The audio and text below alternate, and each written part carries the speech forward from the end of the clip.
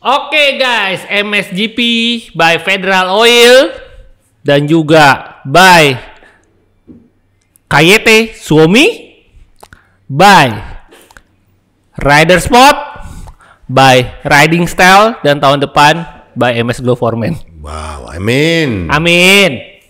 Ya, dan juga sebagai sponsor utama Federal Oil ini kan tahun ini kan udah di posisi 3 dong, klasemen sementara dan kemungkinan besar sampai dengan akhir musim posisi 3. Amin. Dan juga ini merupakan prestasi yang kedua kalinya dari tahun 2022.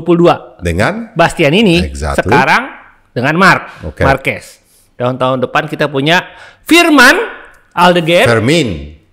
Oh, Fermin. bukan Firman ya? Bukan Firman, itu Indonesia. Fermin kali. Kalau Firman teman lo. Tapi aku yakin kalau dia udah di Federal Oil karena Jadi dia 2 Firman. musim jadi Jadi Firman. Firman. Kemungkinan Firman. besar jadi Ya. Firman dan juga Alex Marquez. Pak Haji Firman ya. Haji Firman. Ya. Oke.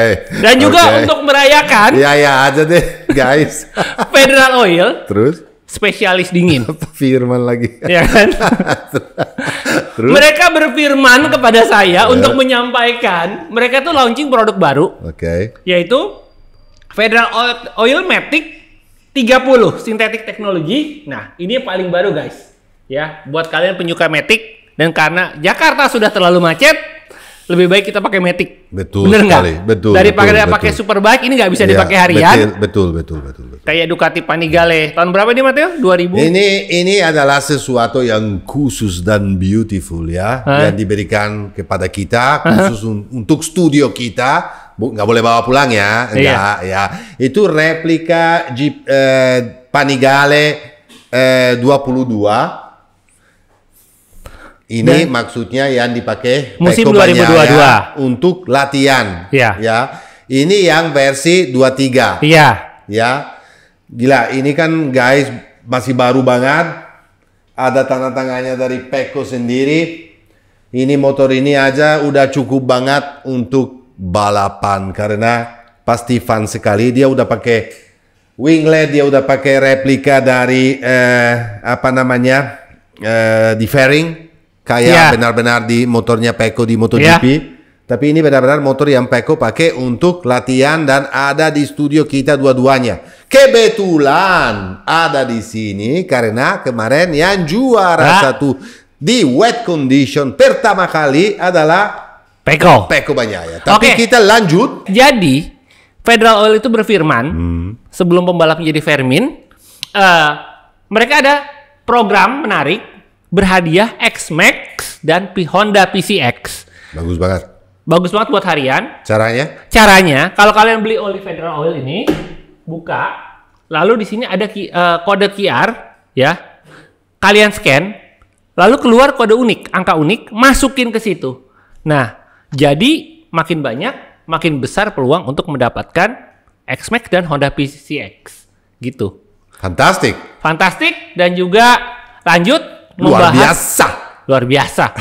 Oke, Matteo, silakan berfirman MotoGP lagi. of Buriram, Thailand. Pasti banyak sekali di rumah lagi tunggu kita berkomentar apapun yang terjadi kemarin dengan cuaca yang sangat-sangat waktu di long race, cuaca yang gak bagus dari pagi, hujan berhenti dengan kondisi kering, basah, kering, semi basah, semuanya terjadi dari Moto3 sampai MotoGP, di mana di long race MotoGP wet condition. Wet condition artinya sangat sulit. Kondisinya sangat sulit, race yang sangat panjang, di mana Francesco Bagnaia keluar dengan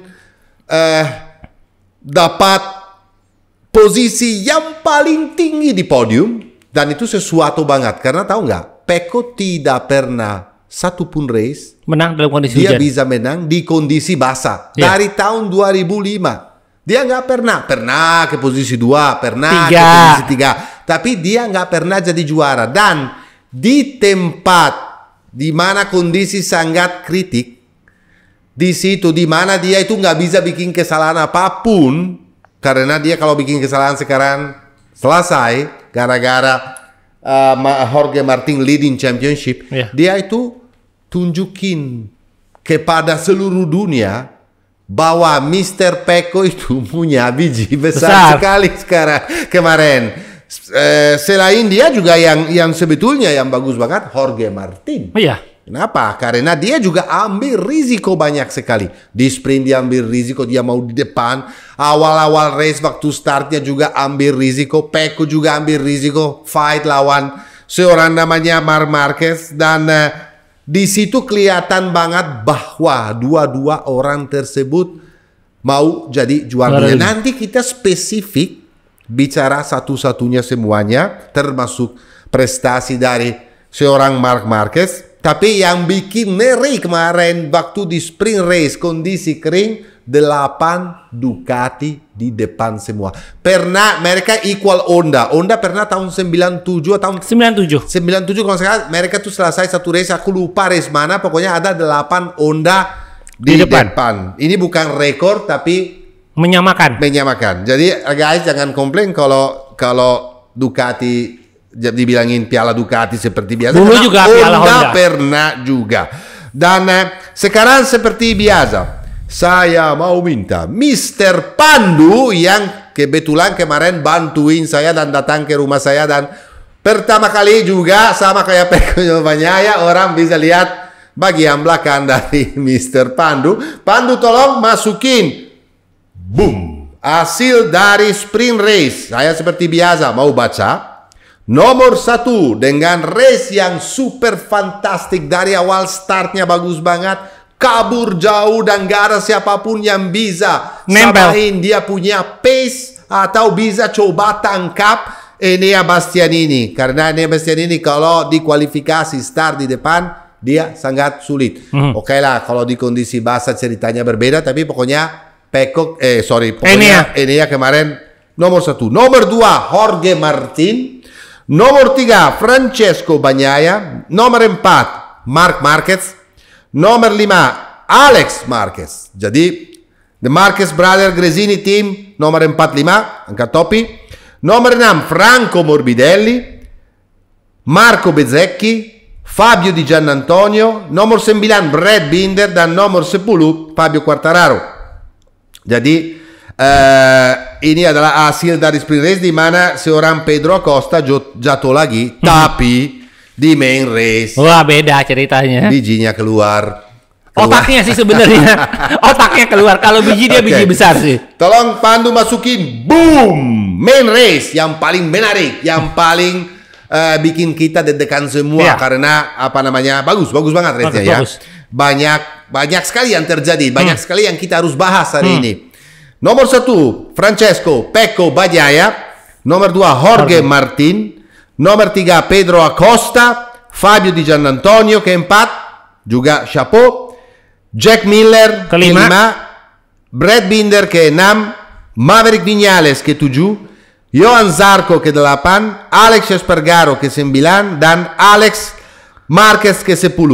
Marc Marquez selesai di posisi 11. Iya. Dan saya mau jelaskan kepada semua langsung kenapa dia itu kemarin ada isu besar sekali.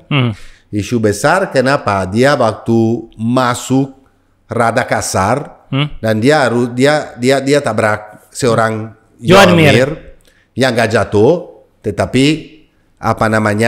ya lumayan buang waktu Joan Mir. Di situ keluar bahwa Marc harus drop position, turun satu posisi. Marc pinter sekali di depan Taka Nakagami, dia overtake Taka dan mundur lagi dan overtake lagi. Semua orang, dan habis itu ada juga semacam meeting antara pembalap semuanya ya dengan steward panel segala untuk berdiskusi soal peraturan ini. Sebetulnya peraturan ini tuh nggak jelas seperti biasa. Dia nggak harus drop satu posisi, artinya suruh tungguin Mir untuk kasih posisi, tapi dia bisa drop satu posisi dengan siapapun juga. Ya, karena peraturannya nggak jelas. Terus ada pembalap yang bilang menurut kita salah, seharusnya dia drop satu posisi, harus tunggu Mir dan drop posisi kepada Mir. Ada pembalap bilang enggak, menurut saya enggak. Kenapa harus buang banyak waktu? Kadang Mir terlalu jauh ya? Iya, terlalu jauh. Jadi serba salah. Pokoknya Mark enggak salah membaca aturan dan mengerti aturan. Dia lakukan sesuatu yang benar. Waktu itu dia di drop di posisi 12, tapi Mark bilang sama steward dia naik ke race direction dan dia bilang, sorry guys, kalian salah karena aku drop position sebetulnya. Mereka lihat replay lagi dan mereka memang lihat bahwa dia overtake Taka dan habis itu mundur lagi. Jadi Mark selesai di posisi nomor 11 kemarin. Gara-gara peraturannya juga gak jelas. Masuknya bukan gak jelas tapi terlalu bisa berinterpretasi dengan macam beda-beda ya. Jadi aku jelasin sebentar biar gampang. Jadi kalau drop posisi itu bukan berarti drop posisi terhadap pembalap yang dirugikan, tetapi drop posisi di mana aja dalam balapan. Betul sekali. Alex Marquez, orang banyak tanya kenapa di start terakhir. Banyak nggak lihat di replaynya, nggak lihat kecuali ada di Sport TV diputar. Betul, dia tuh jatuh pada saat sighting lap. Ya betul sekali. Makanya dia start dari terakhir. Oke guys, kita sekarang lebih spesifik kepada apa yang terjadi kemarin di balapan. Kita loncat seperti biasa, lebih fokus kepada long race daripada sprint. Di mana di sprint saya ulang lagi extraordinary Enea Bastianini. Dari start dia kabur, nggak ada siapapun yang bisa kejar dan Mark pula bisa selesai di posisi 4 karena rhythm atau pace dari GP24 kemarin, nanti kita bahas khusus soal ini, nggak bisa disamain ya. Kamu harus jelasin satu juga, jangan lupa banyak yang nanya masalah soal track limitnya Jorge Martin. Nah ini banyak orang agak salah itu. Nanti kita ikutin scale ini ya. Kalau enggak saya bingung nanti loncat kiri kanan. Pasti saya bicarakan soal itu. Satu lagi. Luar biasa Martin. Kenapa? Martin itu kemarin waktu di sprint race juga mau tunjukin kepada Pecco bahwa dia harus selesai di depan Pecco dan berapa kali overtake awal-awalnya dan dia di depan. Oke lah dia nggak bisa kejar seorang Enea Bastianini, dia ambil risiko beberapa, tetapi dia selesai di depan Pecco Bagnaia dan menurut saya itu sesuatu ekstraordinari karena itu mental juara yang bisa lakukan itu. Dan jangan salah guys, bukan oke lah Martin leading, tapi Martin pula juga nggak bisa salah karena poinnya sangat tipis. Dan masih ada 4 race lagi loh guys, sprint, 2 sprint sama 2 main race. Pecco anyway kemarin bisa dibilang meskipun dia secara total dapat 3 poin lebih banyak daripada Martin, jadi kalau sebelum mereka balap di Thailand 20 poin. Ya, seorang Jorge Martin leading 20 poin. Sekarang keluar dari Thailand 17 poin. 17 poin itu seperti biasa bisa banyak bisa atau sedikit. bisa sedikit. Tapi tetap aja Pecco secara mental menurut saya luar biasa kemarin. Aku kasih tahu kenapa. Nomor 1 karena waktu di warm up kondisi basah, dia nggak punya feeling sama sekali. Malah dia di posisi belakang-belakang. Mana di kondisi basah, meskipun basah beda. Basah lebih sedikit dibanding waktu race. Marc Marquez itu leading, follow by Jorge Martin. Jadi kalau seorang harus tetap menang, karena di klasemen sementara ketinggalan, waktu di warm up kondisi basah, dia nggak dapat feeling sama sekali. Meskipun Pecco pinter sekali kasih tahu kepada tim apa masalahnya, dia ada masalahnya di grip belakang. Jadi artinya apa? Waktu keluar dari tikungan, akselerasinya terlalu, atau elektronik itu terlalu terlalu agresif. Jadi terlalu take over. Iya, terlalu take over, terlalu agresif. Jadinya dia nggak terbalik, terlalu agresif, jadi agresif. dia spinning kalau keluar, jadi kan tidak ada traction. Mereka bikin sama adjustment, dan untuk seorang Pecco Bagnaia datang dari warm up yang jelek, datang dari sprint race di mana dia selesai di posisi 3 di belakang Martin. Datang di posisi championship jelek di mana dia ketinggalan 20 poin dan tinggal cuma beberapa race to go. untuk bisa start dari P1 dan leading dan fighting dan bisa selesai nomor 1 dan berdominasi race di kondisi basah, karena dia berdominasi dengan cara sempurna membawa motornya. Karena kalau kamu lihat, itu adalah Pecco yang satu-satunya yang nggak bikin kesalahan, kecuali di start pertama waktu dia lebar. Karena kan tahu sendiri di start pertama, di tikungan pertama semuanya kan rada kacau karena banyak sekali motornya. Tapi selain itu, Pecco itu sempurna membawa motor. Sempurna kenapa, bro? Karena dia awal-awalnya seorang Jorge Martin sangat agresif. Dia mau di depan meskipun 2 kali lebar, dan dia harus kasih jalan kepada Pecco dan Marc Marquez. Tetapi Pecco nggak pernah give up. Pecco itu tahu bahwa dia harus di depan. Dia fight lawan Martin dan dia menang. Dia fight gila-gilaan lawan Marc Marquez, juragan kondisi basah, dan dia menang. Itu menurut saya adalah mental juara dunia, mental orang yang sudah pernah jadi juara dunia di MotoGP. Di mana lagi kalau kita consider, seperti kita ulang lagi, dia nggak pernah menang di kondisi basah, dan kondisi basah itu adalah kondisi nggak paling optimal untuk seorang Pecco Bagnaia. Dia bisa master class kemarin. Dia tuh master class, tunjukin kepada semua orang bahwa seorang juara dunia nggak bisa diragukan. Dan dia bilang, kemarin dia kan di wawancara bahasa Italia, dia bilang, karena orang Italia sendiri, media sendiri kan ragukan. Dia bilang, jangan sampai kalian ragu dengan juara dunia.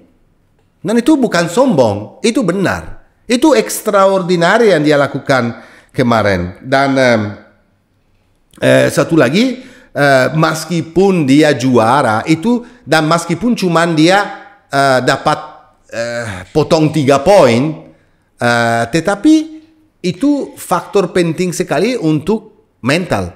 Dan kita belajar dari zaman dulu bahwa Pecco Bagnaia benaran gak pernah give up loh, bro. Karena dia beberapa kali di kondisi di belakang dia harus ke depan dan atau dia harus mengejar yang di depan, dan dia selalu berhasil. Dan dia pede sekali, pede bahwa dia punya kelebihan untuk bisa jadi juara dunia lagi. Pede sekali karena dia tahu bahwa dia bisa kerja dengan tim secara sempurna untuk seperti biasa perform di race panjang. Dan menurut saya luar biasa juga karena kemarin itu kalau seorang Marc Marquez ya bisa coba berkali-kali untuk overtake di braking, dan dia pinter sekali karena dia bisa membaca aksi dari Marc Marquez untuk masuk lebih pelan sedikit, karena dia tahu pasti bahwa Marc akan lebar. Sama kayak kita, ingat nggak fight antara Marc dengan Dovizioso zaman dulu? Sama persis kayak begitu. Dia belajar dari situ untuk masuk lagi dan keluar dengan akselerasi GP24 lebih bagus. Dia bisa buka throttle juga lebih cepat dari Marc karena keluar di posisi yang lebih sempurna, yang lebih baik. Nah, itu extraordinary. Nggak gampang loh. Lo fight untuk championship, dan di belakang kamu ada hantu. Di belakang kamu ada macam yang gak peduli dengan siapapun, dan tujuannya mengacaukan. Dia menang race. Enggak, menang race. Marc itu kemarin hati-hati sekali. Marc itu kemarin nggak kasar dengan Pecco atau dengan Jorge Martin, karena Marc bilang sendiri di wawancara bahwa aku tuh nggak bisa. Juga harus hati-hati juga kalau overtake orang, ya. Karena kalau saya bikin kesalahan, kasihan mereka. Mereka itu adalah 2 pembalap lagi pengen jadi juara dunia. Iya, pengen jadi juara dunia, dan saya harus berhati-hati. Tapi bukan berarti Marc itu mau kalah dengan satu atau yang lainnya. Dia selalu mau menang karena sekarang dia udah otomatis keluar dari fight untuk championship. Dia tujuannya apa? Kalau bisa race di depan, dia jadi juara. Kenapa? Karena dia lagi persiapin diri untuk musim depan. Musim yang depan. Itu yang bikin juga satu data yang bikin juga sangat lucu, bro. Adalah bahwa antara sprint sama main race, Pecco Bagnaia menang 15 kali. Betul nggak, bro? Dan seorang Jorge Martin dapat 15 kali kedua. Itu sesuatu yang. Iya. Dan kalau misalnya kali ini seorang Pecco Bagnaia nggak jadi juara dunia, itu pertama kali di history, di mana di history MotoGP ya, kita bisa MotoGP, di mana pembalap dengan kemenangan paling banyak nggak jadi juara dunia. Oke lah, mungkin sekarang berbeda cara balap karena ada sprint sama main race. Tapi artinya apa yang kita bisa belajar dari ini? Matteo, sorry aku ralat dulu ya. Kalau Matteo bilang pembalap yang menang paling banyak tidak jadi juara dunia, itu sudah banyak terjadi, salah satu di 2020. Tetapi aku bicara di era MotoGP. Joan Mir hanya menang 1 kali. Tetapi jumlah kemenangan Pecco satu musim tapi tidak jadi juara dunia. Nah itu maksudnya itu. Maksud saya itu sebanyak kan oke lah Mir makanya itu Mir cuma menang 1 kali. Kalau Pecco nggak bisa jadi juara dunia. Itu rekor baru. Itu gila. Itu rekor baru. 9 kita bicara race panjang lah. Di race panjang 9 kali juara. Sementara yang rekor itu yang dipegang sama Marc Marquez dalam satu season 13 kali juara satu, tapi dengan race-nya lebih sedikit. Ini Pecco biasanya dulu semuanya aku masih ingat Valentino Rossi, masih ingat Jorge Lorenzo atau bicaranya mereka itu bilang, pokoknya kalau kamu bisa 8 kali jadi juara, itu pasti kamu bisa jadi juara title, dunia. Juara dunia. Itu maksud saya. Jadi kalau kali ini Pecco nggak jadi juara, itu sesuatu banget, meskipun sistem berbeda. Di situ kita belajar apa? Belajar bahwa konsistensi di satu championship di mana ada sprint race juga, di mana ada weekend, ada kalau misalnya kamu menang sprint dan menang main race itu kamu dapat 37 nilai. Kalau zaman dulu, kita bicara zaman dulu 25. Kan cuma 25, itu beda, nggak bisa dibanding. Tapi di situ kita belajar bahwa konsistensi dari seorang Jorge Martin ini extraordinary, bro. Orang Jorge Martin ini belajar dari tahun lalu. Dia itu mencoba, selalu usahakan untuk jadi juara 1. Tapi kalau dia mengerti bahwa hari ini nggak bisa, dia nggak kayak dulu, nggak all out. Oke lah, seperti kemarin kita bilang, waktu dia udah lihat bahwa Pecco ada di depan, Pecco udah lagi sempurna, sulit sekali untuk dilawan. Dia udah senang. Kenapa? Karena Jorge Martin kemarin ambil risiko juga. Waktu Marc Marquez jatuh, Jorge Martin juga hampir jatuh. Dia bilang, beruntung sekali, saya lihat Marc udah mau jatuh, waktu Marc itu depannya udah hilang, aku juga langsung hilang. Tapi karena saya kecepatannya nggak sedia, aku langsung angkat motornya. Di situ aku juga bisa jatuh. Dan di situ itu aku mengerti bahwa udah 10 kali dia bilang, aku depannya, feeling saya dia bilang, waktu di warm up sama di main race itu berbeda sekali. Karena kan memang kondisi basah berbeda. Dan dia bilang, apalagi awal-awalnya, di depan saya nggak punya feeling, di belakang saya nggak punya feeling. Dan dia bilang apa, satu lagi yang penting, Pecco itu pinter sekali mengerti, dan dia bisa tahu kapan curbs itu udah kering. Awal-awalnya waktu saya keluar di curbs, itu roda belakang saya spinning dan beberapa kali juga mau high side. Kalau Pecco itu pinter sekali membelajar kapan di race itu, di setengah race ke depan itu curbnya udah kering, dan beberapa lap itu dia mendorong habis-habisan dan dia dapat waktunya bagus sekali dan jauhin semua karena dia bisa mengerti itu. Aku tuh mengerti curb itu udah kering waktu saya lihat Pecco membawa motornya kayak begitu, baru saya tahu. Nah, jadi cerdasnya dari sang juara. Jadi guys, kesimpulannya dari ini semua bahwa kalau misalnya Martin sekarang leading championship, meskipun dia nggak sebanyak menangnya nggak sebanyak Pecco dibanding Pecco, tapi itu dia pantas sekali karena kalau Jorge bukan nomor 1 dia nomor 2. Kalau bukan nomor 2 dia nomor 3. Nomor 3 pun jarang loh. Iya, jarang sekali. Jadi sementara ini kalau misalnya Jorge jadi juara dunia, ya kita semuanya harus angkat topik. No matter what. Meskipun makanya saya tadi itu konyol sekali kalau Pecco nggak jadi juara dunia meskipun dia menang banyak sekali. Tapi juga aku nggak bisa salahin Martin. Dia tuh pantas sekali juara dunia karena konsistensi luar biasa. Sebelum race, Marc itu bilang, Jorge Martin itu bisa jadi juara dunia musim ini hanya dengan menjadi runner up di 4 seri terakhir. Betul.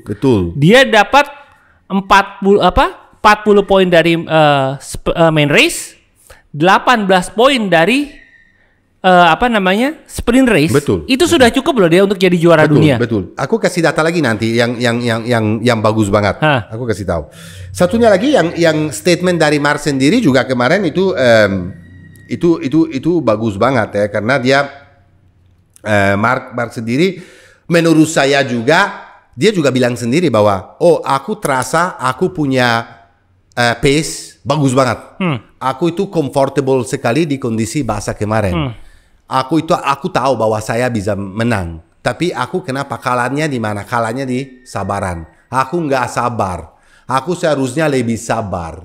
Karena memang di tikungan nomor 8 itu dia masuknya kencang sekali. Kalau kamu perhatiin kemarin, itu bedanya antara GP24 sama GP23. Itu ada bedanya.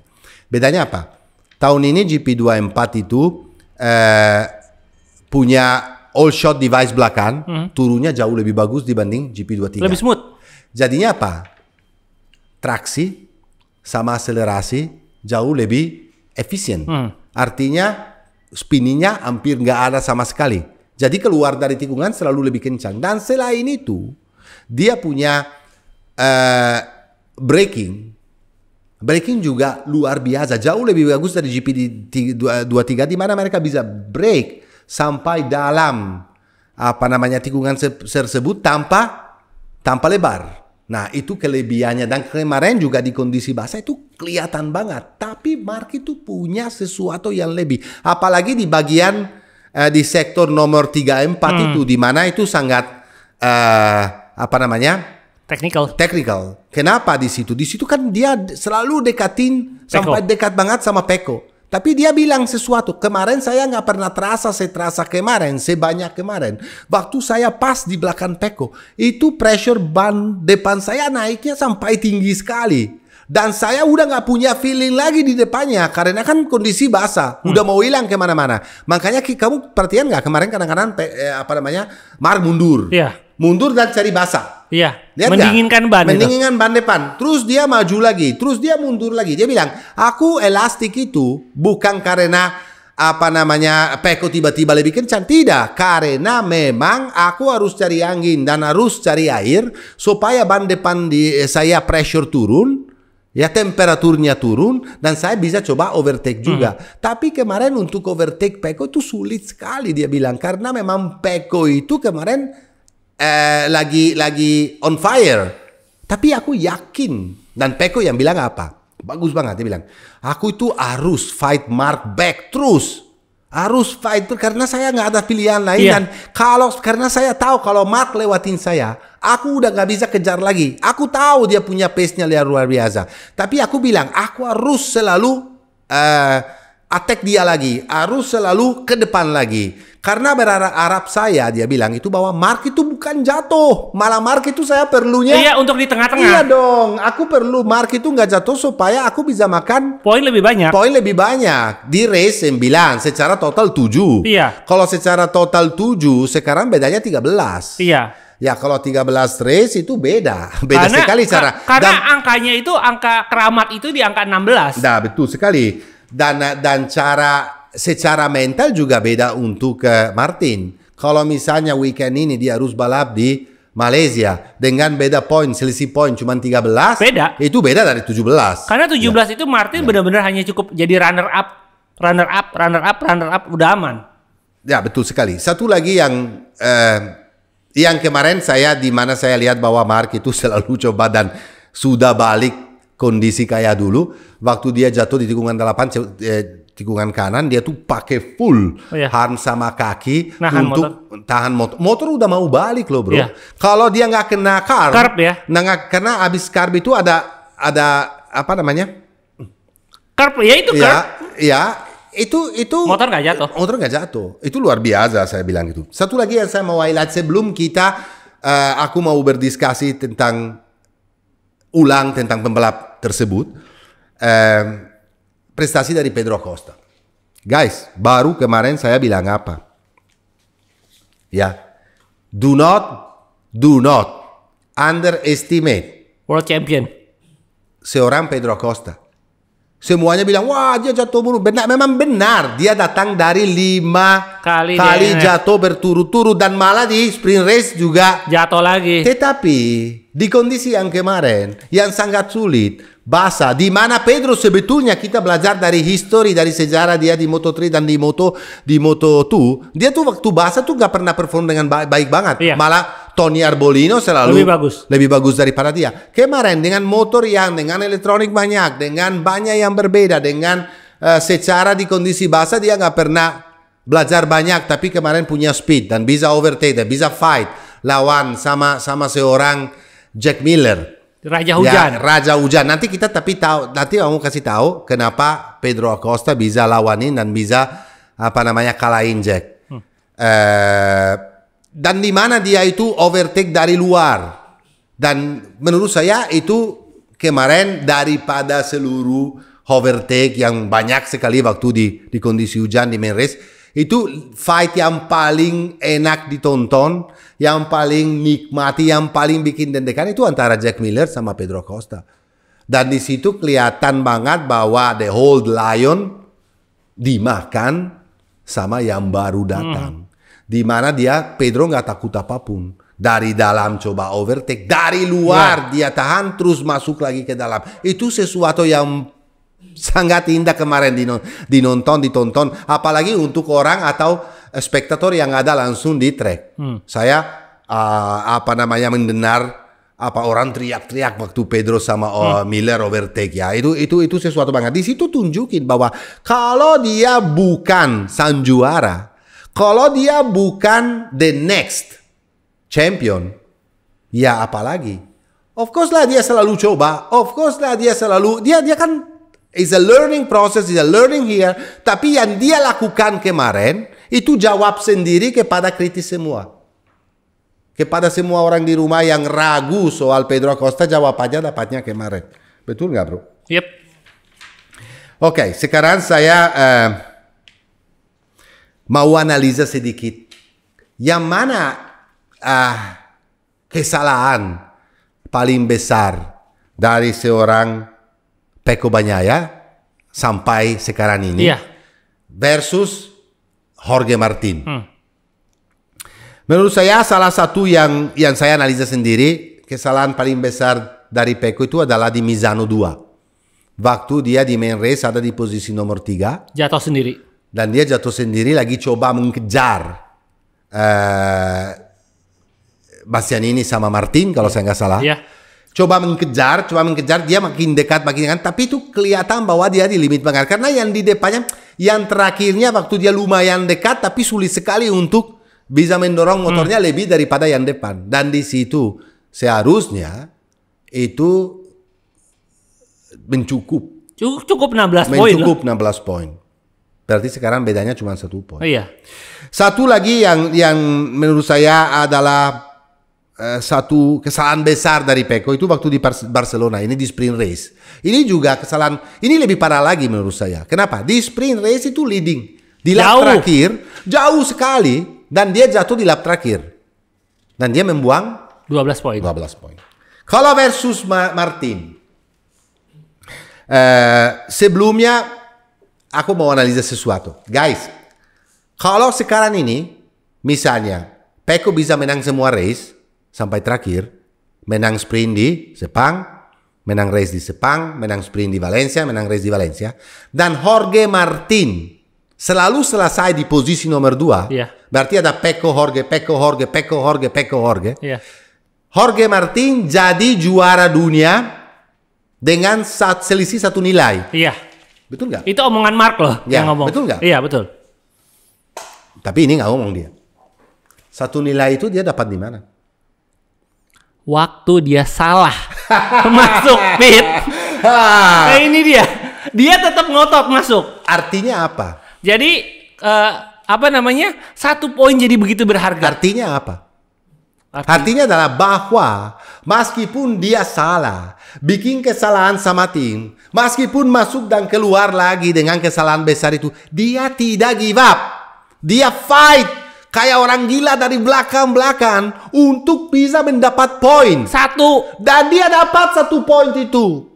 Dan 1 poin tersebut bisa jadi berharga sekali kalau terjadi menang 4 seri berturut-turut. Terjadi skenario yang tadi saya bahaskan. Ya betul nggak? Ya.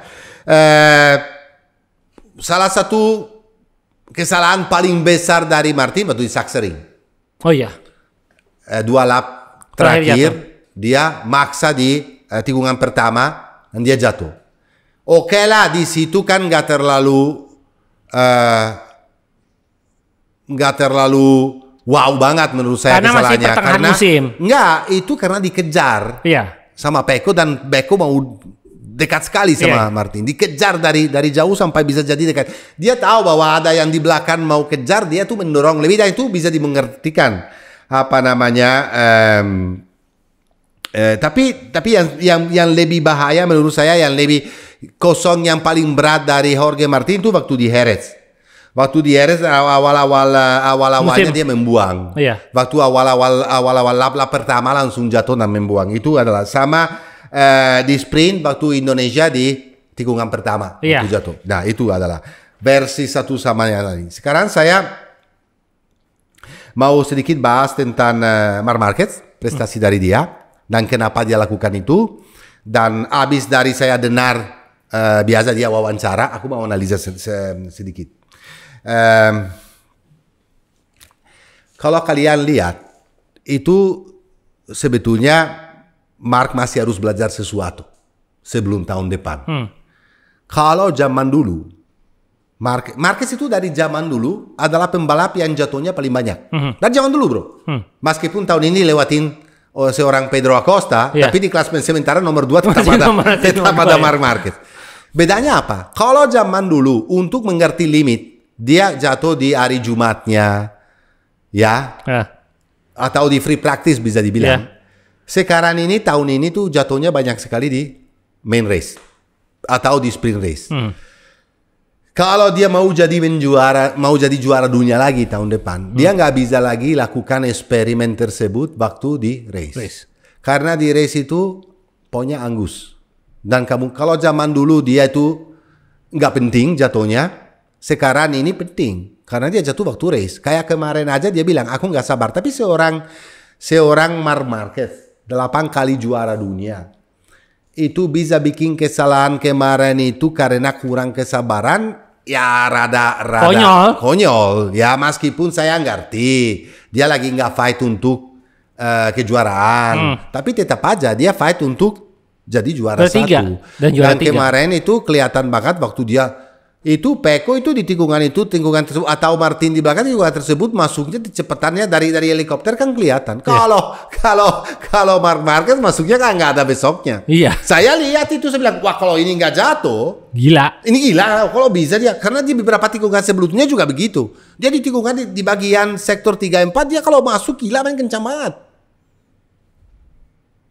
Kenapa? Karena ada bedanya antara motor tersebut seperti tadi saya bilang bedanya antara GP24 sama GP23 itu lebih kelihatan waktu kondisi kering ya daripada basah. Kemarin gak terlalu kelihatan di basah karena Marc memang punya kelebihan extraordinary. Tapi kalau kamu mau jadi jagoan hujan itu harus selesai race. Gak bisa juga dibuang kayak begitu. Betul gak bro?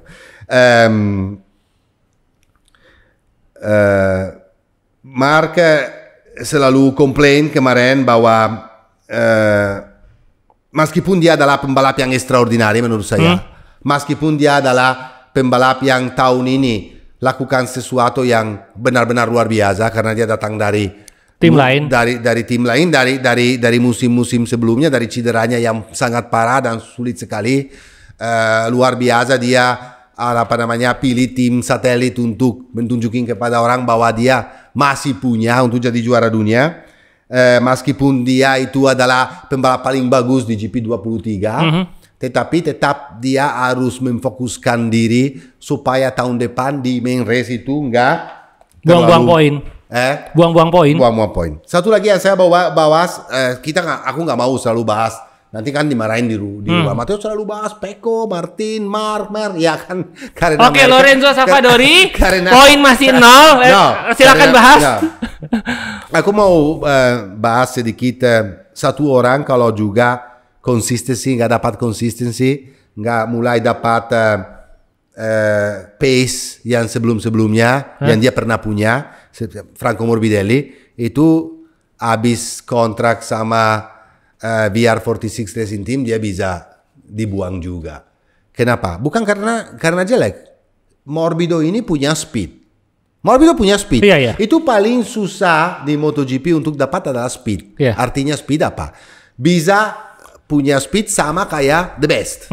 Ya dia selalu fight di depan sekarang ini. Tapi dia sering banget bikin kesalahan. Dan sering banget dia jatuh. Dia kemarin itu oke lah, di warm up dia kencang sekali. Ya, dia selesai ketiga kalau nggak salah di kondisi basah. Kelihatan sekali waktu juga startnya dia tuh udah mau nyusul, dan waktu dia tabrak Quartararo dengan aksi yang terlalu ekstrim dan memang salah dan memang benar dikasih long lap penalti. Kasihan untuk Fabio karena saat itu Fabio juga lagi lakukan sesuatu race yang bagus yang bagus banget. Morbidelli di situ dia lapping lebih kencang daripada semuanya yang di depan. 39.5, 39 terus lah. Yeah.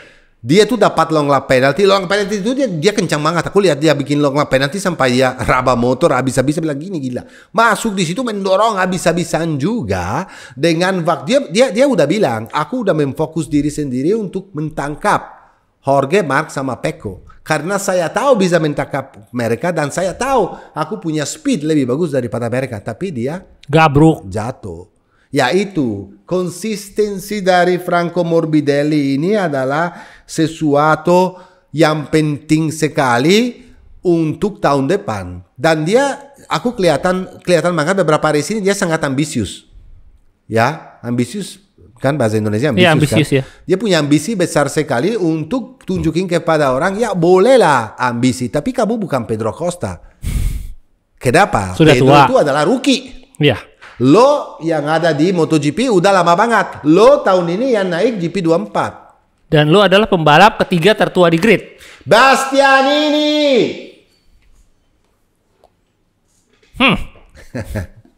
Bestia. Sprint race luar biasa. Aku kasih 10. Iya. Karena Bestia kamu tahu sendiri. Kalau lagi on fire, nggak bisa di stop. Nggak bisa di stop. Bestia itu kalau udah start dari depan dan dia punya pace, apalagi di sprint. Dia bukan orang sprint sebetulnya. Bestia itu adalah long race. Dan kalau kemarin juga kondisi green, masih bisa menang dia. Iya. Karena dia punya pace dan karena dia juga, oke lah, sekarang apa tujuannya Bestia? Apa tujuannya Marc Marquez? Di kelas sementara selesai di posisi 3 untuk dapat medali juga. Iya, medali ya. Dapat award, ya. Tapi kemarin menurut saya meskipun di sprint dia luar biasa, kita tahu semua bahwa kondisi basah bukan kondisi yang favorit untuk seorang Bestia ini.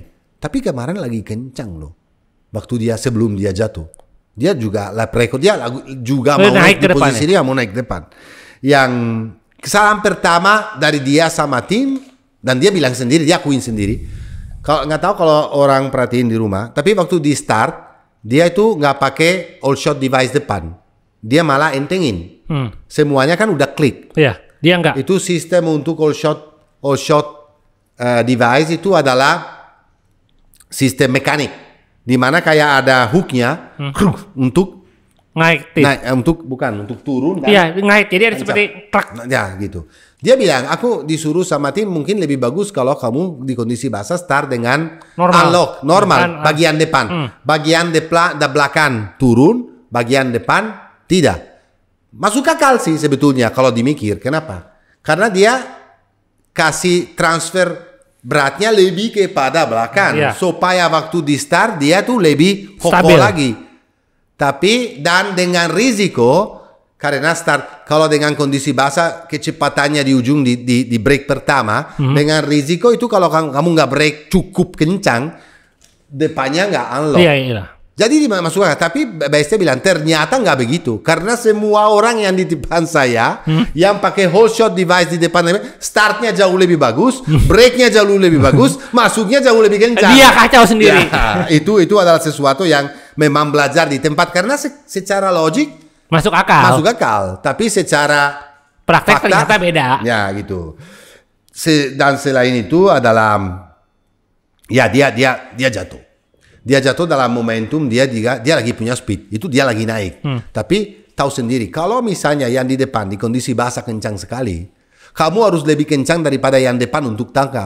Risiko jatuh 99,9%. Siapa yang lakukan itu? Franco Morbidelli, 1 dan 2. Enea Bastianini. Tapi Enea masuk kembali selesai di posisi nomor 14. Dapat poin. Sekarang bedanya antara dia sama Mark itu cuman 10 poin. Jadi dan jangan salah guys.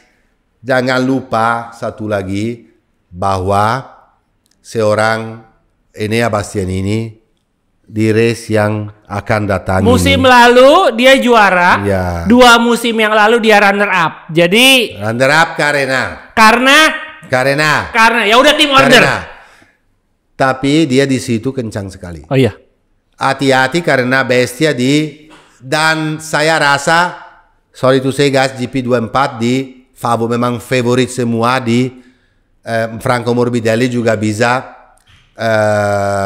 race well. Kenapa? Karena ada 2 lurus panjang sekali. Lurus belakang, terus ada hard braking, sharp turn,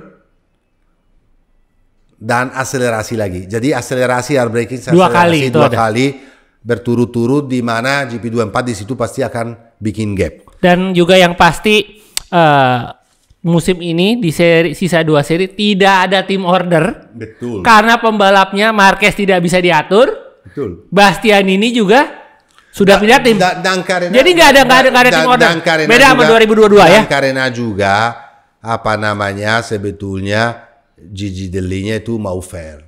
Dia sendiri fair. Jadi kita akan saksikan akhir season ini siapa benaran. Bisa terjadi mungkin karena kalau relationship antara Bestia sendiri sama Pecco, mungkin di race terakhir Pecco lagi fighting untuk jadi juara dunia dan dia orang Italia sendiri, mungkin itu mungkin dan normal, tapi itu pembalap sendiri yang ambil keputusan. Jadi nggak ada pemaksaan seperti di Sepang 2022. Oke, satu lagi yang sekarang mau bahas khusus adalah soal prestasi dari Fabio Di Giannantonio. Wow.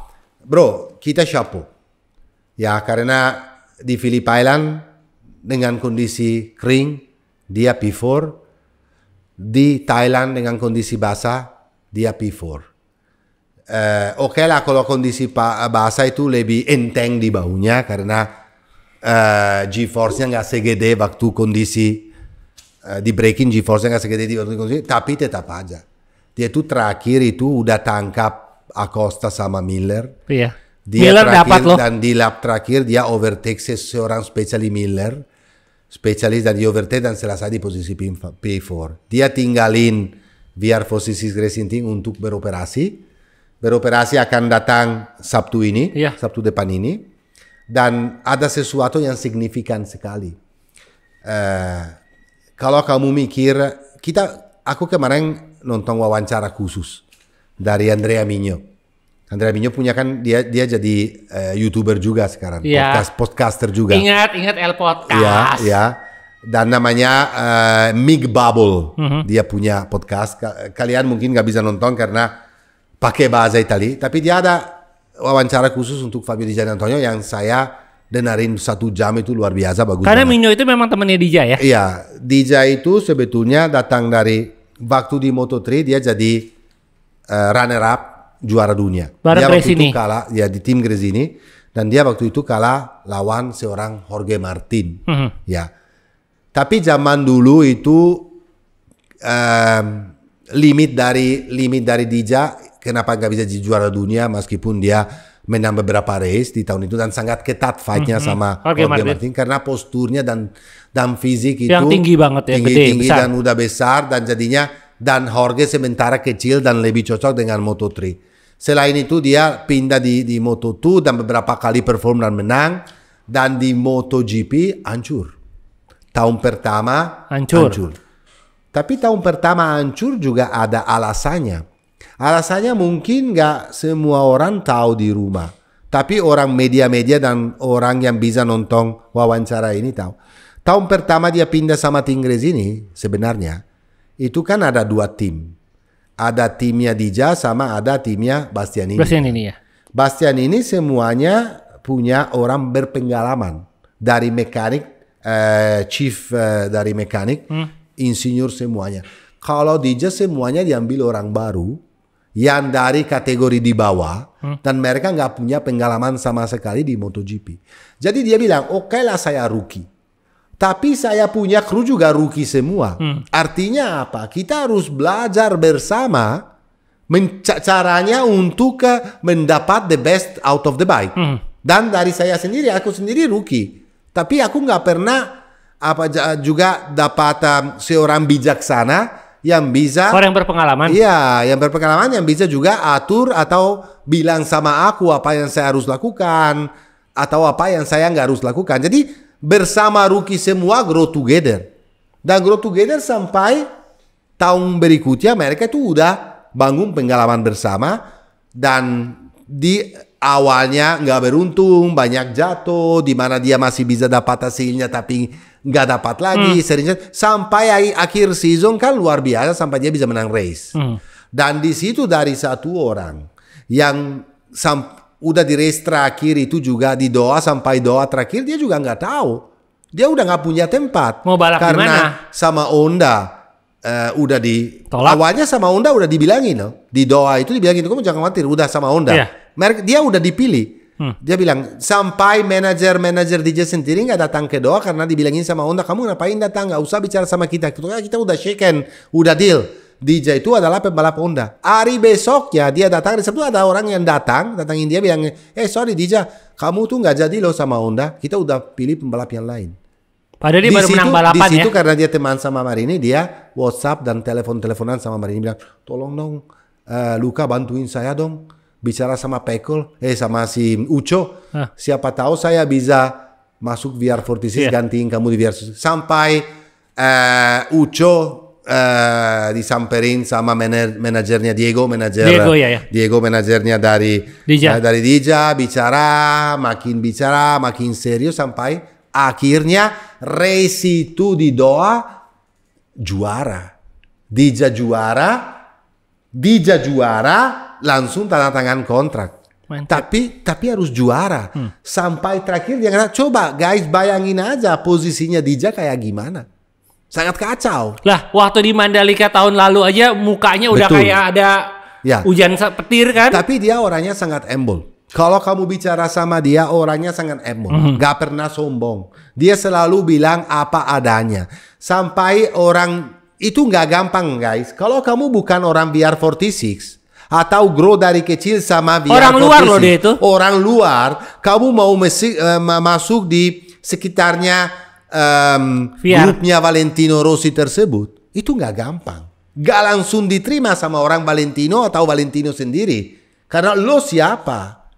Lo bukan lahir di daerah kita. Apalagi dia dari Gresini. Lo dari Gresini, apalagi Gresini benci sekali sama seorang itu history. Apalagi dia datang dari Rome. Di Rome itu tuh nggak punya sejarah motor. Sejarah motor itu semuanya ada di Emilia Romagna, di daerah Valentino Rossi. Pembalap paling bagus semuanya Valentino Rossi, Bezzecchi, Celestino Vietti, Pecco Bagnaia. Pecco che è dari Torino, tapi dia pindah dari kecil sekali pindah di bawah Valentino Rossi. Semuanya datang dari Rimini. Dari Rimini, Riccione, dari sekitar Emilia Romagna. Dia itu dari Roma. Jadi di tahun ini dia tuh humble sekali masuk di grupnya Valentino Rossi. Ada satu pembalap dari Roma, Matteo.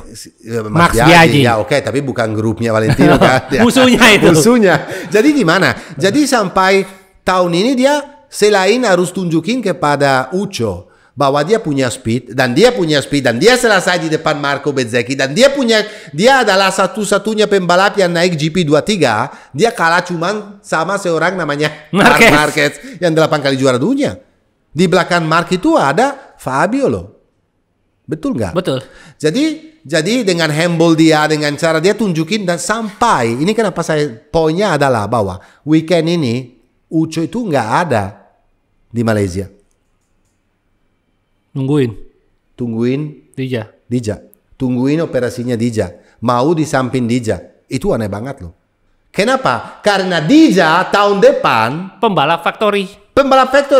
Artinya dia balap sama VR46 tapi dia pakai GP25. Seperti Jorge Martin sekarang. Betul. Itu kamu kalau pikir dari pembalap sampai kemarin sampai race terakhir gak punya kontrak. Tahun depan dia naik GP25. Pembalap ketiga Ducati. itu gila. Matteo, ingat waktu di Qatar nggak? Kamu yang megang video, aku ngobrol sama Dija. Aku bilang kamu bakal jadi pembalap terbaik di VR46. Oh, iya kan? Aku ada di Instagram, orang pada marah-marah. Kamu itu emang anti VR46. Aku bilang enggak. Dija kalau sudah ketemu klik, dia akan ngeklik. Betul. Sama seperti waktu di Moto2, sama seperti waktu di Gresini. Betul. Dan kebukti. Satu lagi, bro, yang kita harus bahas adalah siapa penggantinya Fabio Di Giannantonio weekend depan ini di Malaysia. Preman. Kita kan prediksi kemarin. Iya, Preman kan? Preman. Itu adalah seorang Andrea Iannone. Guys, Andrea Iannone bilang ini the craziest things to be done. Apa namanya craziest things to be done? Jadi hal gila. Jadi guys, 2019 dia kena ban gara-gara balapan di Sepang. Tapi dia bilang ini hal yang ya aku terima telepon dari Ucho minta saya balap di tim dia. Ya, dan saya langsung bilang iya. Tapi itu waras. Iya. Kenapa guys waras? Dia tuh terakhir naik di MotoGP tahun 2019. Di Sepang. Bukan bawa Ducati. Aprilia. Bukan, Suzuki bro. Aprilia, sorry. Aprilia, terakhir sama Aprilia, benar. Sama Aprilia, oke, sama Gresini Aprilia. Itu 2019. Terakhir sama Ducati 2016. 2016 itu awal-awalnya Ducati bangkit. Dan aerodinamik juga. Iya. Karena sebelumnya. Jadi dia apa? Dia datang balap sesudah 5 tahun. Nggak pernah naik MotoGP. Dal MotoGP 5 dari 1 tahun ke yang lain aja itu bedanya udah ada. Apalagi 5 tahun. Dia 5 tahun nggak naik MotoGP. Dia nggak tahu aerodinamik, dia nggak tahu elektronik. Semuanya kan dia nggak tahu banyak. Banyak ini kan berbeda sekali. Ya? Dia nggak pernah membawa dan sekarang mereka pakai full carbon brake. Yeah. Pokoknya tuh motornya itu kalau tahun lalu seorang Alvaro Bautista membawa motor di Sepang, tapi sebelumnya dia tes. Yeah. Tes di San Marino. Ada 1 hari khusus tes. Yeah. 2 hari atau 1 hari, saya lupa. Ini nggak pernah tes. Ini orang gila ini. Datang dari Superbike. Superbike juga tahun ini luar biasa. Ya. Langsung menang. Dia bisa jadi juara race. Dia itu selalu fight for di the top podium. 5 ya. Di top 5. Dia itu tahun pertama balap sesudah 4 tahun. Nggak balapan. Berhenti. Dan dia ambil keputusan untuk oke lah aku turun lah di Sepang. Itu perlu biji loh. Kenapa? Karena kalau prestasi jelek sekali, risiko juga. Sama persis kemarin yang terjadi sama Alvaro Bautista. Walaupun dia cedera ya. Ya walaupun dia cedera. Tapi orangnya kan kamu tahu sendiri. Haters atau orang di rumah. Iya. Mereka nggak peduli. Mau cedera, mau gimana, mau asal bacot. Nah. Ya dia tuh risiko gede sekali. Tapi, dan seperti kamu bilang, yang paling lucu atau yang paling konyol adalah dia balik balap di tempat di mana dia kena sanksi. Aku ada di situ loh. Aku ada di situ Sepang 2019 loh itu. Betul sekali. Itu lucu banget itu. Sekarang saya mau bahas sini sana sedikit. Nomor 1, kenapa Jorge Martin nggak kena long lap penalty di sprint race? Salah hitung semua loh. Guys, aku kasih tahu peraturannya ya dari awal supaya kalian mengerti. Kalau waktu starting Kita bicara sprint atau main race, dua-duanya Start, sama. waktu lagi start. Waktu start, tikungan pertama, pembalap keluar di green zone, itu nggak dihitung. Karena memang Namanya start. kebanyakan motor datang di tikungan pertama, dorong-dorongan, kemungkinan keluar banyak, dan selalu banyak sekali yang keluar, dan itu nggak dihitung. Jadi -1. Ya sudah, itu hitungannya. Okay. Kalau kamu kena green zone pertama di sprint race, dikasih warning. 1. Warning 1. Kalau kena 2 kali, nggak dikasih apa-apa, nggak dikasih tahu. Pokoknya 2 kali. Kamu dapat 2 kali. Kalau kena 3 kali, kamu dapat apa? Long lap. Dapat long lap. Kalau kamu naik blue zone, itu bukan green zone. Karena kalau ada blue zone itu artinya itu nggak bisa gain. Nggak bisa. Jadi gini, walaupun kalian ngelindes garis itu, tetapi kalian tidak mendapatkan kecepatan lebih. Dari itu. blue zone. Dan kamu nggak kena penalti sama sekali. Jadi kemarin Martin sebetulnya kena 2 kali. Bukan 3 kali. Makanya peraturannya itu diikuti sesuai ya peraturan sendiri. Dia salah hitung. Jadi banyak Salah kalian hitung. salah hitung. Kalau di main race berbeda. Di main race itu tikungan pertama nggak dihitung, kena sekali, kena 2 kali, kena 3 kali dikasih warning, kena 4 kali nggak dibilang apa-apa, kena 5 kali dapat long lap penalty. Oke, guys, beda cara menghitung di main race sama sprint race. Makanya lain kali saya harap aku cukup jelas dan kalian sudah mengerti kenapa dia nggak kena. Bukan karena mau dibantuin, bukan karena ada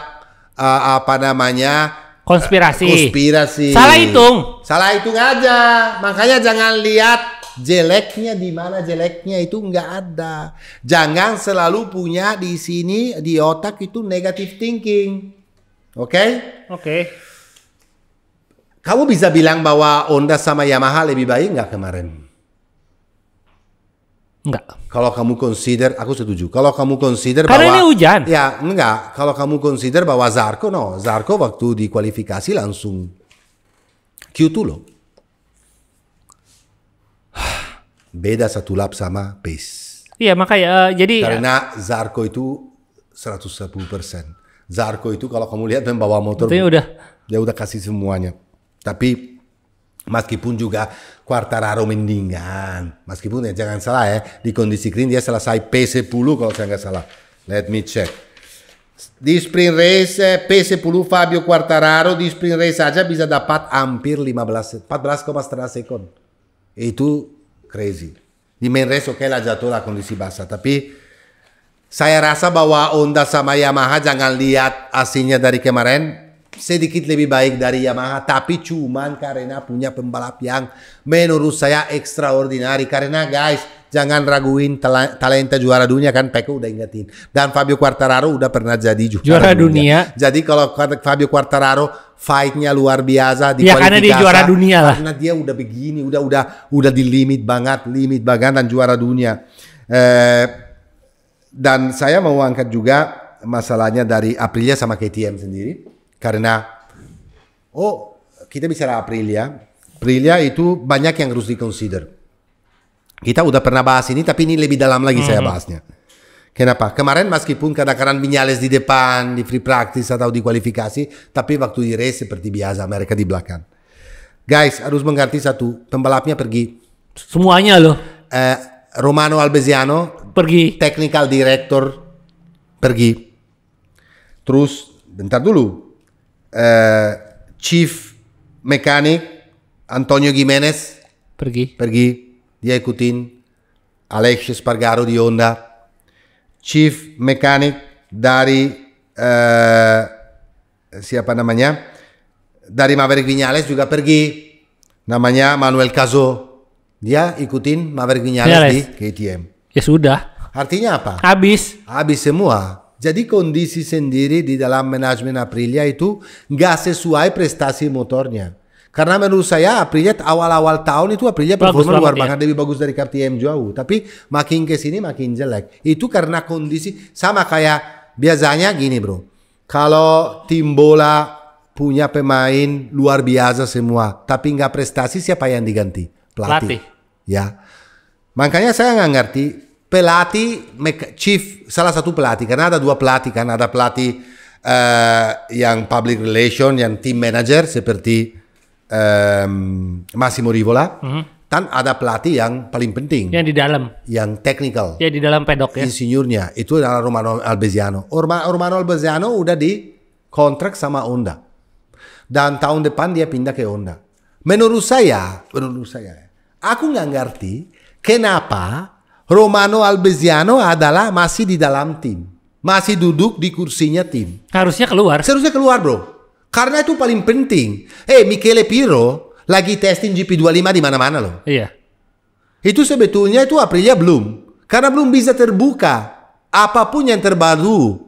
Atau kalau pula dia ada di situ dia bisa tahu inovasi-inovasi terbaru. Kenapa lo udah ambil keputusan untuk pergi dan manajemen Aprilia atau Piaggio suruh dia masih ada di situ? Harusnya langsung keluar. Itu yang pertama keluar. Apa bedanya? Ini udah kacau. Oke, tahun depan kamu mau pindah ke Honda, ya dari sekarang aja lo pulang aja. Jangan ada di situ semua, karena teknologi. Itu yang saya nggak ngerti kenapa yang terjadinya semuanya. Dan tahun depan kalian punya Jorge Martin loh. Betul. Aku yakin bahwa Aprilia masih bagus. Aku yakin bahwa mereka kerja keras sekali untuk develop motornya baru. Dan saya yakin dengan spirit baru. Start ini kan dari KTM pindah juga ke situ. Setelah ini dari 1 November untuk tes itu juga akan ada. Udah mulai kerja untuk Aprilia. Saya yakin dengan tim baru, dengan Jorge Martin dan Marco Bezzecchi mungkin dia punya semangatnya beda. Tapi sekarang ini semangatnya lagi. Udah namanya orang udah resign semua ya beda lah ya. Terus prestasi KTM kemarin di kondisi basah. Semua orang bilang, wah KTM itu tapi kalau di kondisi basah luar biasa ya, bagus banget. Itu sebetulnya KTM dari dulu, kalau kita lihat di history, ya, di kondisi basah dia selalu bagus. Tapi selain itu kita harus juga mengartikan bahwa prestasi dari pembalap sendiri memang mereka jago di kondisi basah. Iya. Sama seperti Pedro Acosta, Jack Miller atau Brad Binder biasanya kan di kondisi basah mereka bagus sekali. Dan motor ini punya karakteristik kalau di kondisi basah itu bagus banget, dan opposite-nya kalau di kondisi kering itu jelek sekali. Dia punya di braking menurut saya KTM paling bagus di antara MotoGP. Di Ducati juga lebih bagus daripada Ducati. Di braking sampai apex-nya. You bisa tarik rem depan habis-habisan sampai dalamnya. Dan itu bagus kalau di kondisi basah. Karena harus berhentiin motornya. Karena di kondisi basah kamu nggak bisa punya rolling speed terlalu kencang. Kalau nggak terjadi seperti Marc Marquez kalau lepasin motornya masuk dengan rolling speed terlalu kencang pasti jatuh. Tapi kalau kamu datang di lurusnya dan bisa break hampir di poin hampir sama yang waktu kering, tapi bisa tahan break sampai turun sampai apex, itu bagus banget. Di situ dia kuat banget. Tapi itu jadi negatif kalau lagi kering. Karena nggak ada rolling speed. Nggak ada rolling speednya, nggak ada sama sekali. Kalau dia lepas atau masuk lebih kencang dia lebar. Understeering, betul nggak? Understeering. Dan siapa yang understeering itu keluar ya guys? Siapa yang paling pinter kemarin membaca situasi ini dan selalu memakai dan mengerti gimana caranya membawa? Itu Pedro Acosta. Kalau kamu lihat cara kemarin kan lucu banget. Sebetulnya kamu bisa lihat juga riding style dari dua pembalap. Seorang Miller, orang lama, sama rookie, orang baru. Miller itu pantatnya lebih dia tuh main keluar lebih banyak kepada pantatnya. Tapi kalau torsinya badannya itu lebih center. Jadi dia nggak keluar badannya dari motor sebanyak pembalap baru sekarang. Kalau kamu lihat Jorge Martin dan Pedro Acosta, atau Pecco Bagnaia pembalap baru-baru, mereka itu pakai badan sampai keluar total dari motornya.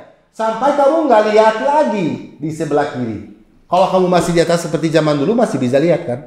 Kalau sekarang berarti mereka punya confidence luar biasa karena cuma lihat satu tempat dan mereka udah tahu.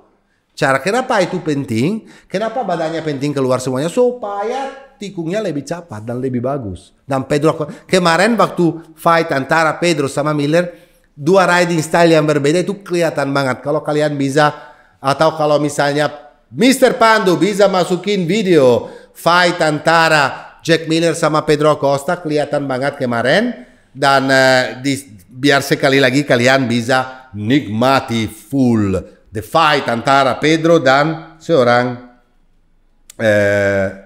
Miller, Jack Miller. Into 5. Supreme bravery, but also supreme skill between Jack Miller and Pedro Acosta. Acosta now at the inside line for turn 7. He's back on the inside. This is all potentially playing to the hands of Fabio Gian Antonio. Oke guys, sekarang kita menunggu weekend ini untuk nonton di Sepang. Yes. Apapun yang terjadi karena sangat excited. Meskipun Moto2 dan Moto3 sekarang kita bahas sedikit, mereka udah punya juara dunia. Yeah. Di MotoGP kita belum tahu. Jadi apapun yang terjadi di track yang sangat panas juga, di track yang dimana kondisi cuaca pasti bisa kacau balau sama kayak di Malaysia. Di track di mana biasanya Ducati berdominasi, biasanya Ducati memang berdominasi di mana-mana, tapi kita akan saksikan aksi dari seorang Enea Bastianini, Raja Sepang, juga Pecco bagus banget, Martin juga nggak ada kekurangan, dan kita akan saksikan seorang Andrea Iannone yang balik lagi naik MotoGP. Dan satu nama yang nggak boleh dilupakan. Juara sprint dan runner-up musim lalu, Alex Marquez dari Gresini bagus loh di situ. Betul, kita udah bahas kemarin ya. Nah itu kita udah bahas juga. Jadi kita tinggal tunggu aja. Tunggu aja. Moto2, akhirnya jadi juara dunia. Ya saya senang sekali kemarin. Karena timnya juga tim baru loh itu. Itu betul sekali. MT Helmet itu tim baru. Tim baru, tim rookie. Sama pembalap tidak rookie. Karena ini pembalapnya menurut saya fantastis. Dan pembalap ini juga kemarin tunjukin kepada orang bahwa dia memang sang juara. Karena sebelum mulai hujan, dia udah overtake semua orang dan dia makan waktunya ke Aaron Canet itu banyak sekali. Tapi waktu udah mulai hujan, si Ai turunin throttle sedikit. Karena dia udah belajar dari tahun 2022 di mana dia bikin kesalahan besar sekali mau kejar Arbolino untuk jadi juara satu dan dia bikin kesalahan jatuh dan membuang championship. Kali ini dia lihat, oke lah di kondisi kering dia sangat agresif, dia sangat sempurna membawa motor. Itu dari free practice sampai kualifikasi dia kan dapat pole kan. Dia selalu di depan. Dia itu paling sempurna membawa motor, kelihatan bahwa dia mau menang dan dia mungkin kalau nggak hujan 2 lap terakhir kan Aaron Canet angkat tangan karena kondisi udah terlalu basah dan dengan angkat tangan itu dia mengkasih gelar dunia kepada Ai Ogura ya. Tapi Ai menurut saya tahun ini meskipun menangnya nggak terlalu banyak, cuman 3 kali, mungkin sekarang dia lebih enteng di Sepang dia bisa perform karena dia di Sepang adalah salah satu track di mana favorit dia, di mana dia bisa menang besok. Cuman dia menang 3 kali tapi konsistensi dari Ai Ogura itu luar biasa. Cuman 1 kali zero waktu dia cedera. Selain itu dia meskipun dia waktu start 5 race pertama sangat konservatif karena mungkin dia belum tahu motornya juga. Karena jangan salah dia dari Kalex dia naik Bosco Scuro jadi juara dunia dan itu sesuatu yang luar biasa juga bro. Karena Bosco Scuro itu sangat kecil, dia melawan satu raksasa seperti Kalex. Kalex kan produksi udah bilang industrial production. Kalau Bosco Scuro itu homemade. Motornya homemade bisa jadi juara dunia sama sang juara. Menurut saya, Ai Ogura adalah pembalap yang sangat-sangat unik. Adalah pembalap yang bisa membuat MotoGP. Adalah pembalap yang bisa bilang tidak sama Alberto Puig. Adalah pembalap yang bilang dengan empty helmet. Ya, adalah pembalap yang langsung ambil keputusan untuk pindah di Aprilia. Adalah pembalap yang mau jadi juara dunia sebelum naik kelas. Dan di tahun di mana lawannya yang sangat kuat bikin banyak kesalahan dan konsistensi nggak ada, Hayo Ogura bisa menang championship ini. Bukan berarti dia nggak pantas. Pantas sekali karena Hai punya speed. Kalian lihat sendiri. Dari tahun 2022 seharusnya udah jadi juara dunia. Dan saya sangat senang dia bisa naik. Angkat topi juga sama Aaron Canet. Aaron Canet itu dia step up tahun ini. Akhirnya dia mau menang. Dia step up karena terakhir tahun ini dia finally dalam satu season udah menang 3 kali juga dengan kemarin. Itu harus berterima kasih dengan seorang yang namanya Roberto Locatelli. Juara dunia di kelas 125 zaman dulu. Kenapa dia harus berterima kasih sama Locatelli? Karena Locatelli ini memang selalu diwawancara bahwa dia kerja keras sekali untuk mencoba mengganti mental dari seorang Canet. Dia tahu bahwa orang Aaron Canet ini berpotensial sekali. Dia punya speed. Kita nggak bisa berapa kali dia 14 atau 18 kali jadi runner up. Dia punya speed, sering pole position. Dia punya speed, tapi dia nggak pernah punya konsistensi untuk jadi juara dunia atau untuk jadi juara satu. Saya rasa Aaron Canet, guys, adalah calon juara dunia untuk musim depan karena tidak ada Ogura, tidak ada bukan soal itu. Firman. Karena selalu ada yang baru sebetulnya, bro. Iya. Selalu ada yang bagus. Siapa juga bisa bilang bahwa Sergio Garcia tahun ini awal-awal season kelihatannya unbeatable. Terus waktu dia dapat tidak besar dari MotoGP, dia bisa jadi kacau balau. Iya. Atau kita semuanya berharap atau berespektasi kalau kamu taruhan dari awal season, aku bilang yang tahun ini yang jadi juara dunia pasti Firmin Aldeguer. Iya. Tapi dia kacau balau. Sampai kemarin dia tabrak Tony Arbolino dengan gila-gilaannya, tabraknya dia salah sampai dia patah tangan lagi dan dia nggak turun. Di Sepang. Sekarang dia nggak turun di Valencia juga nggak turun, akan turun nanti di tim Gresini.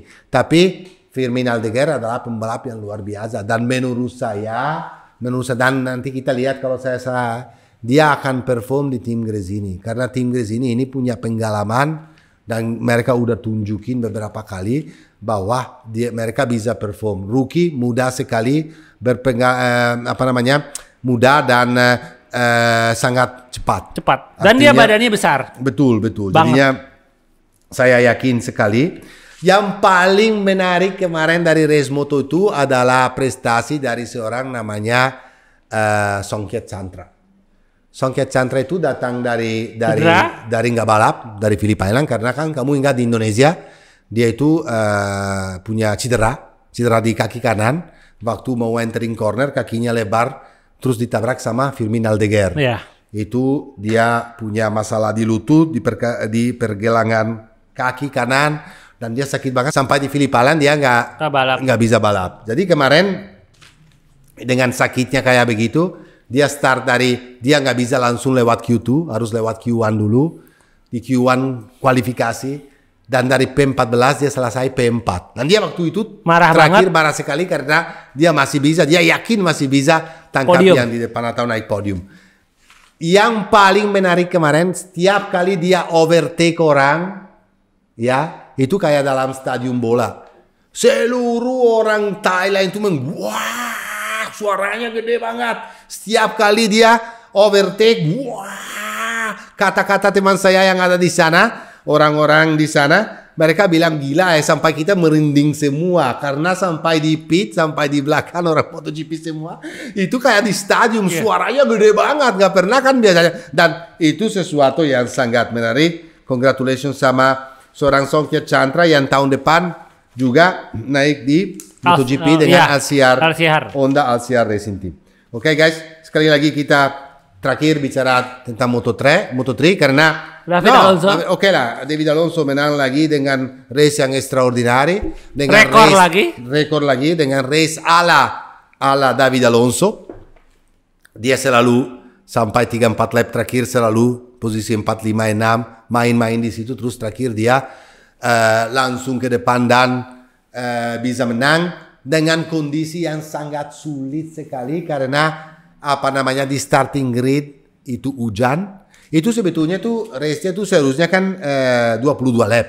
Tapi sebelum ke Thailand, Race Direction ambil keputusan untuk dari 22 lap diturunkan ke 19. Terus akhirnya itu jadinya cuma 12 lap. Kenapa itu? Karena waktu awal mulai hujan lumayan deras, tracknya basah, dan mereka kasih side lap sampai 10 menit kepada pembalap untuk, karena tahu nggak guys, orang Moto3 tidak pernah coba ban Pirelli basah. Karena nggak pernah hujan, jadi mereka nggak ada feedback, nggak tahu apapun dari ban Pirelli. Makanya dikasih ekstra 10 menit untuk dapat feedback. Tapi konyolnya, waktu di starting line, semuanya ambil keputusan untuk start dari slick. Start dengan slick, dengan kondisi belum kering, cuman satu line yang rada lumayan kering, tapi yang lainnya patchnya itu banyak sekali yang basah, dan race-nya juga seperti fantastik, seperti luar biasa. Di tikungan terakhir apapun terjadi, Weyer tabrak dengan kasar Furuzato yang keluar dari tikungan terakhir high side, dan dia jatuh dan dia bisa mendorong motor sampai finish line. Dan selain itu Lunetta yang datang dari P10, faster lap after faster lap, dia nyusul sampai race terakhir di dalam, bagus banget, selesai di posisi 2. Luca Lunetta rookie, ini konyol. Luca Lunetta itu pembalapnya SIG 58, dia membawa di fairingnya nomor 58 karena dari kecil dia big fans Marco Simoncelli.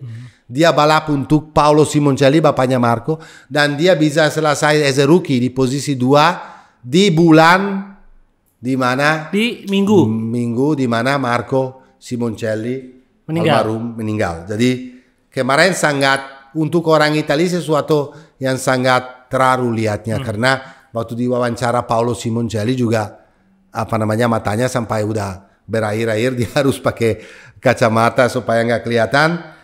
Dan race-nya dari Lunetta menurut saya sesuatu extraordinary.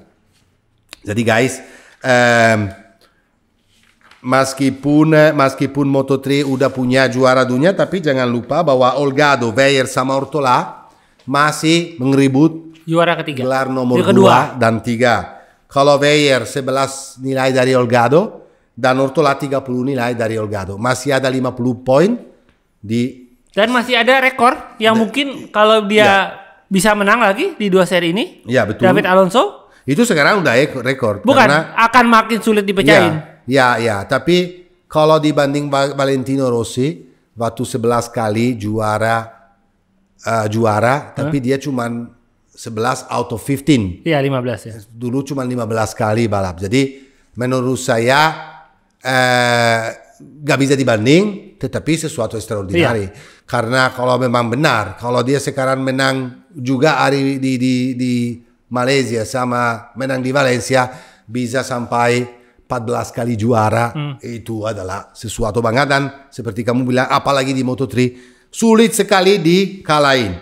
Oke guys, saya rasa udah cukup. Sampai jumpa di kita kerja keras sekali juga weekend ini, karena akan ada race penting sekali di Malaysia. Kamu akan ke sana nggak? Iya, aku ke Sepang. Sama tim Grace ini, MS Globe biasa. Aku tidak, karena mau nonton dari rumah aja. Ciao guys, bye.